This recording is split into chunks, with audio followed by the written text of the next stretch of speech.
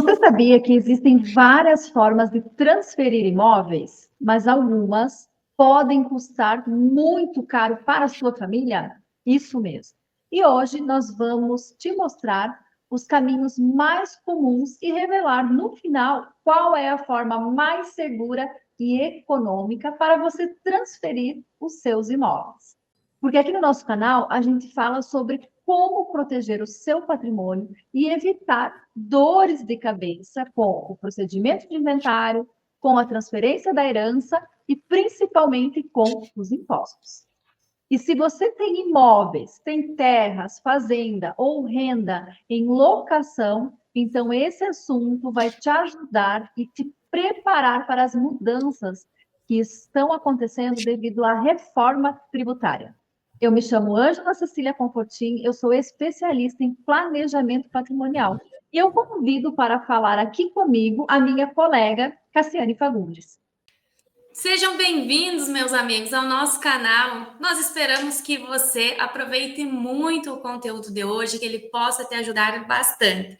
E provavelmente você deve estar se perguntando, mas por que eu iria transferir um imóvel se ele já está no meu nome? A resposta é simples, né, Ângela? Porque a forma como esse bem está registrado hoje pode determinar lá no futuro se a sua família vai ter momentos de tranquilidade ou um verdadeiro problemão em razão do inventário.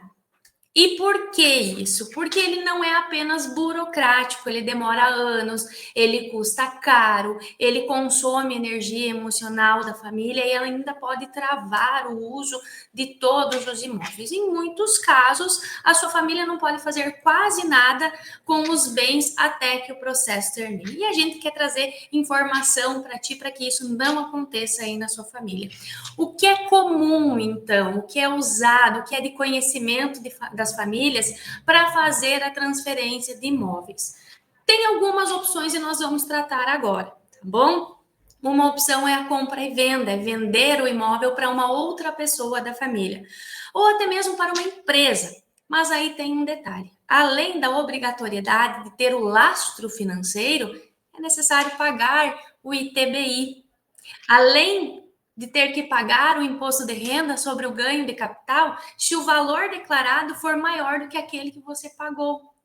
Ou seja, pode sair bem cara essa transação, porque além disso, além do imposto, acrescenta aí cartório, escritura, registro e vai agregando valores a uma transação que é conhecida, que é usual, mas ela não é proveitosa. Mas tem outras possibilidades também, não é, Ângela?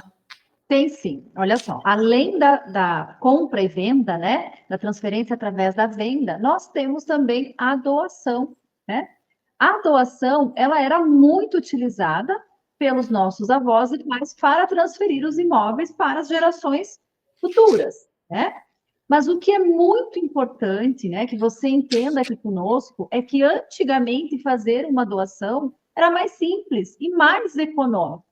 Só que agora não é mais assim, né? De uns 3 anos para cá, os estados alteraram e ainda estão alterando a sua legislação.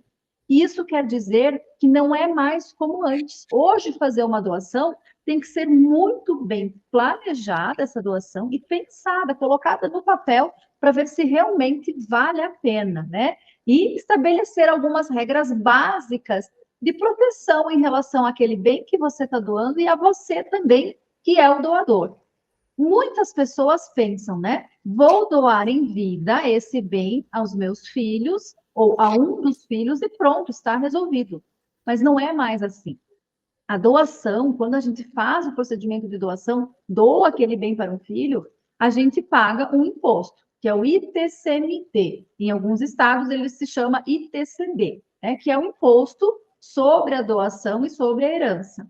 E a sua alíquota, ela é progressiva, ela varia de 1 a 8%, depende de cada estado. Cada estado tem a sua regra.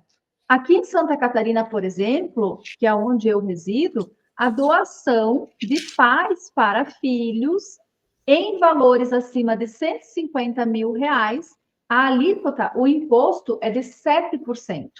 É um percentual alto, não é, Cassiane? E o que acontece? Essa alíquota ela vai incidir não por aquele valor que a família acha que vale o patrimônio, né? Ou que está lá declarado no imposto de renda, ou aquele valor que a prefeitura usava para a cobrança do IPTU. Não. É o valor de mercado, o valor de venda. E quem diz quanto vale é o governo, é o Estado. Então, além disso, dessa mudança que a gente tem em relação à cobrança do imposto em uma doação, nós podemos encontrar várias situações de famílias que doam os bens e essas situações virarem conflitos familiares, né? Ou de desigualdade entre os herdeiros, ou aquele herdeiro se sentir prejudicado. E o que faz nascer muitas vezes briga de famílias, né? Se essa doação não for bem planejada. Eu vou te passar um exemplo prático, tá? Uma família que doa um pedaço da terra que tinha uma matrícula individualizada, ou uma fazenda, né? Ou parte de uma fazenda, aquele apartamento, né? Destina para um dos filhos.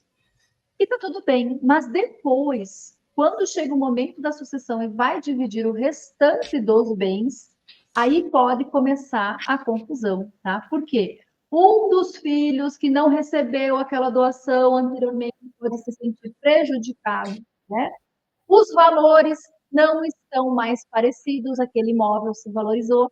Então, há uma desigualdade em termos de valores que vão ser compartilhados, e aí começam os questionamentos, entram as opiniões de terceiros, e quem são esses terceiros, né, Cassiane? São os genros, são as noras, né? E aí começa a gerar um conflito na família. E muitas vezes esse conflito só é resolvido quando um deles leva para o judiciário. E aí se estende para muito tempo, né? Essa discussão. Então, a doação, ela tem essa questão que precisa ser muito bem pensada, né, Cassiane? Não, é verdade, é bem delicada. Então, aproveita e comenta aqui abaixo do vídeo o seguinte: você consegue perceber o padrão nessas formas que são conhecidas? Compra e venda, doação. Qual é o padrão? Elas envolvem impostos altos, cartórios, burocracia e, principalmente, elas não resolvem a questão do inventário, né, Angela? Ou seja, você paga hoje para fazer essa transação e a sua família continua com o risco de ter que pagar amanhã. Mas tem alternativas eficientes. Existem formas diferentes de se fazer essa transferência de imóveis. Em vez de doar ou de vender, você pode organizar os seus imóveis através do planejamento patrimonial, através de uma holding familiar, onde você vai integralizar os imóveis em uma instituição que é de quem? Da família, criada para organizar e proteger o patrimônio da família, para que esse patrimônio fique no seio familiar. Na prática, você vai colocar os bens em forma de capital social dentro desse sistema, dentro desta holding, e em troca você recebe as cotas dela. E essas cotas, sobre essas cotas, você vai estabelecer o seu planejamento sucessório de forma eficiente. E quais são as vantagens que se tem nesse sistema, né, Ângela? A gente pode ter a isenção do ITBI, que é o imposto que se paga na compra e venda. A gente pode evitar, pode não, vai evitar o inventário, porque os herdeiros, eles não herdam os imóveis em si, mas as cotas da empresa, de uma forma muito mais simples, muito mais organizada, em vida da forma que a família deseja. Organiza-se também nesse sistema a gestão. E esse é um ponto importante, né, Ângela? Porque 70% das empresas familiares, elas não chegam à segunda geração. Patrimônios imóveis não chegam à terceira geração quando vai para o inventário. Então, a chave de tudo isso também é a organização da sucessão e da gestão desse patrimônio. Sem contar que a economia de tempo e dinheiro para fazer esse sistema ela é gritante. Menos cartórios, menos processos, menos burocracia. E o principal de tudo, fica no controle dos patriarcas. Exatamente, né, Cassiane? Então, a doação, ela possui as suas questões particulares que precisam ser muito bem avaliadas. A compra e venda também, né? E quando a gente fala em formas novas estratégicas e eficientes em relação à transmissão, a gente fala em um bom plano, um bom planejamento patrimonial que envolve a criação da holding patrimonial, né? Que é o que? A integralização desses imóveis, é a institucionalização desses imóveis, que hoje se torna o caminho mais inteligente, utilizando a lei de forma estratégica para proteger o seu patrimônio e também dar a tranquilidade para a sua família no momento da sucessão familiar. E se você quer entender mais sobre como funciona isso na prática, faça uma pergunta aqui abaixo do nosso vídeo, nos mande um questionamento que você tenha, que a gente vai fazer questão de lhe responder, porque a sua dúvida pode ser a dúvida de outra pessoa, né? E também lhe convidamos para se inscrever aqui no nosso canal, ativar o sininho, porque nos próximos vídeos nós vamos mostrar como nós fazemos semanalmente, né, detalhes de todo esse processo de desenvolvimento de uma estrutura, de um planejamento patrimonial eficiente, né? Então, se você está pensando em proteger seus bens, né, utilizar a lei de uma forma a garantir uma eficiência agora com a reforma tributária e planejar o futuro da sua família, nos acompanhe, não é mesmo, Cassiane? É isso aí, você é nosso convidado. Até o próximo vídeo. Até mais.